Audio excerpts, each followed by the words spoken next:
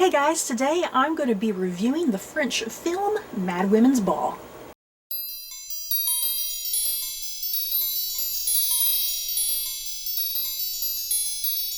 So, before I do head into my thoughts and feelings on this movie, I don't plan on having any sort of spoilers in this video, so continue to watch as you will. So yeah, let's get going. As I said, this is actually a French film, and it aired on Amazon Prime not too long ago, and it is based off of a French book by Victoria Maz. So yeah. That book actually just came out here in America, an English translated version of that, and I do own the book. I can't wait to get to the book. So I was very, very excited to get to this movie because it sounded very, very intriguing. So yeah, what is Mad Women's Ball about?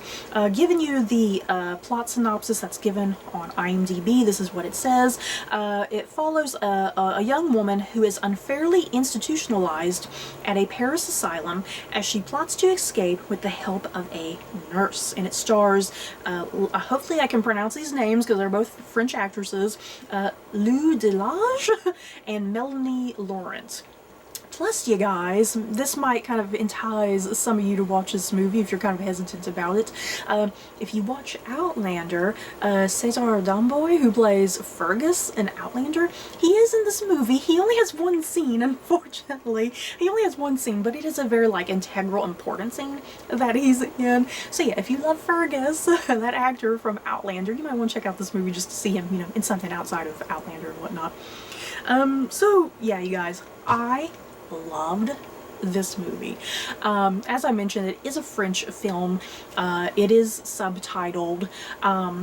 It was beautifully subtitled, you guys, because sometimes things can be subtitled and it can kind of be like, this is just really translated kind of weirdly, but I never had that problem with the translations, like something being off or weird or kind of said weirdly, I think it was wonderfully translated because it never took me out of the moment. Because sometimes when something's weirdly translated, it can take me out of the moment and kind of get my head kind of going somewhere else as I'm thinking and processing what was just weirdly translated, So it's wonderfully translated. And yeah, the movie has fantastic characters. It has a fantastic plot. And it kind of has this nice equal divide between plot and characters, which is great. It's not too much plot, it's not too much character. It's like kind of a really nice divide there, which worked brilliantly. It was also beautifully directed and beautifully written. I just loved everything about this movie, costuming, hair, the sets and whatnot.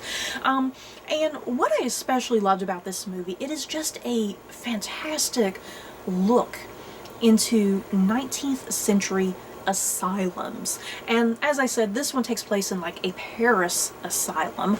But yeah, if you've seen stuff like Victorian asylums, I mean, it's pretty much the same thing with just weirdness going on and people being treated a certain way. But yeah, this movie is such a remarkable look into late 19th century asylums and how both women and the mentally ill were treated. And it's not great. It's not good. Because yeah, it is. It's the late 19th century in this movie, and it's like there's these scientific advancements that these doctors think are advancements. But yeah, in hindsight, looking back on with a modern perspective, it's like you see what at the time would have been these modern advancements.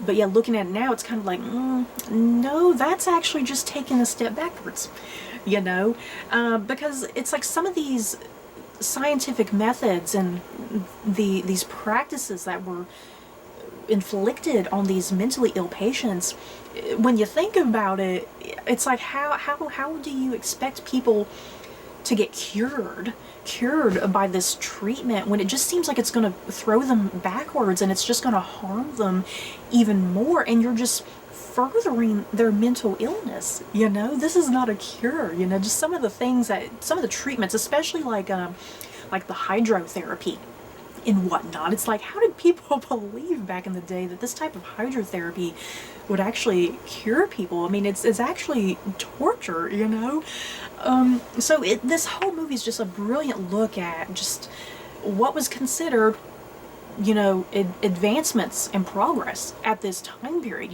What these doctors and scientists thought was going to cure these mentally ill people.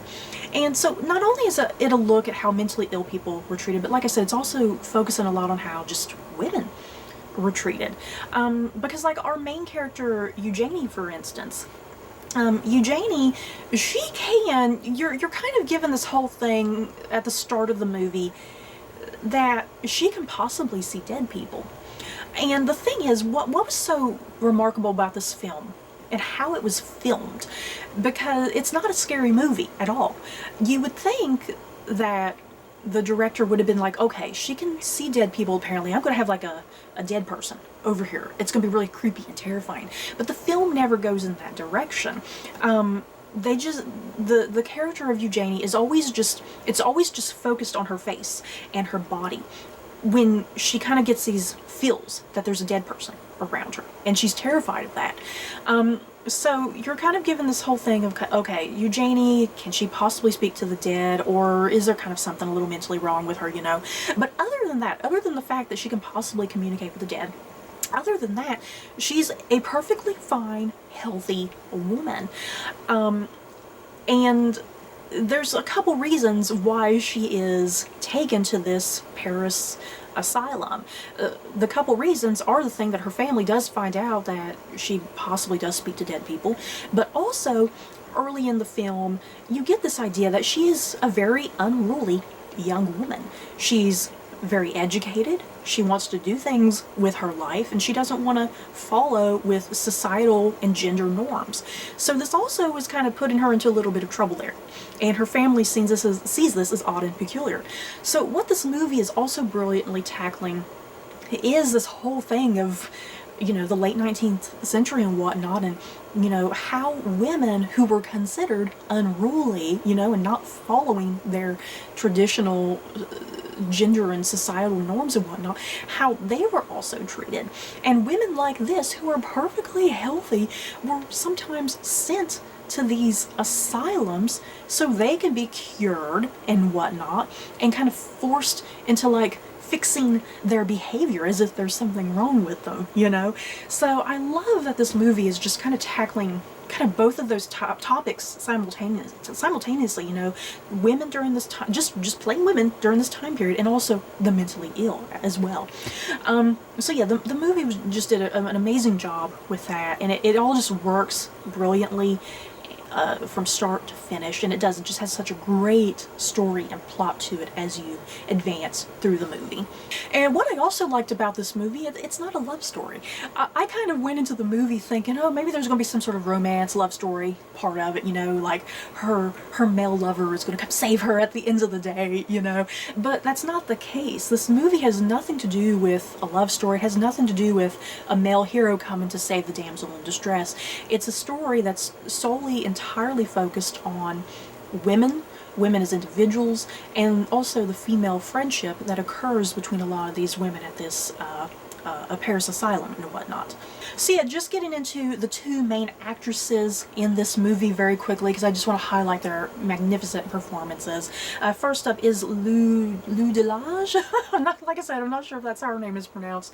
She plays our main character, Eugenie, and as I kind of already mentioned, pretty much, she's a young, wealthy woman, perfectly healthy. She can possibly speak to the dead and whatnot, and yes, she's sent to this asylum because she's considered unruly, pretty much, alongside, hey, she can maybe speak to the dead. I just loved her performance. It was a very remarkable performance. She does so much with just kind of, looking,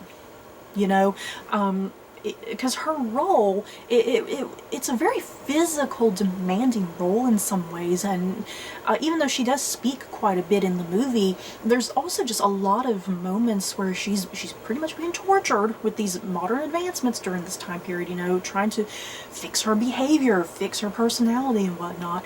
There's just all these moments that she goes speechless, and she's just having to take all this shit that's being tossed at her, and she has to go through like hydrotherapy at some point. She does a lot of remarkable acting with just the moments of silence that she has, and I love that because you can read a lot into her performance through what she's kind of just saying with her eyes and her body language and whatnot. Just really, really great.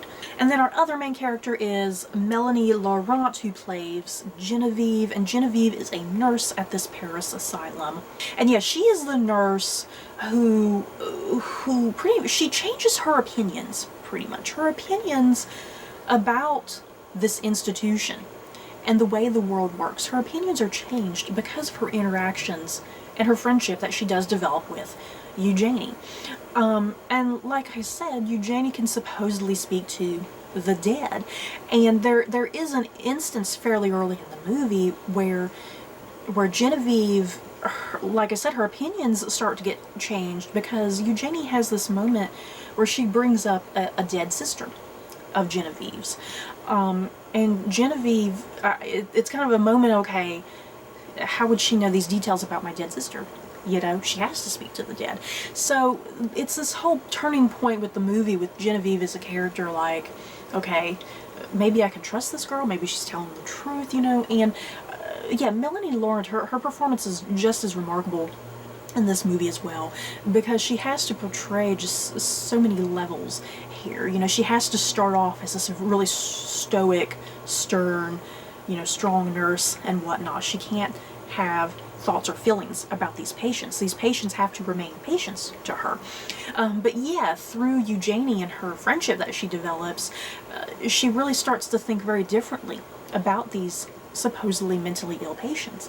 And just these women, they're just women, you know, at the end of the day. And yeah, she's a nurse, for crying out loud, and she's part of this institution. She's part of pretty much torturing these women and whatnot. And it's kind of this like, it's like, am I doing something wrong here, you know? And there's a whole cast of characters that populate this movie, all the other patients and whatnot.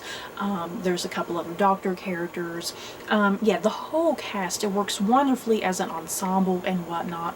I definitely recommend this movie if you love all things historical fiction, obviously.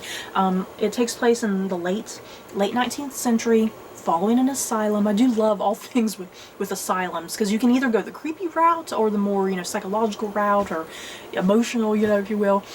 Because yeah, this is not a scary movie, because sometimes you can think of asylums and be like, oh, is it a scary movie? This is not a scary movie, you guys. Let me put that out there. This is not a scary movie at all. It is kind of your standard historical fiction movie. So yeah, I definitely recommend it if you love historical fiction, or yeah, if you just love French films. Like I said, it's all in French. You have subtitles and whatnot. So yeah, if you love that sort of thing, check it out, because it was definitely a very, very good movie. I'm glad I watched it, and I can't wait to get to the book, because it's in my closet right now somewhere.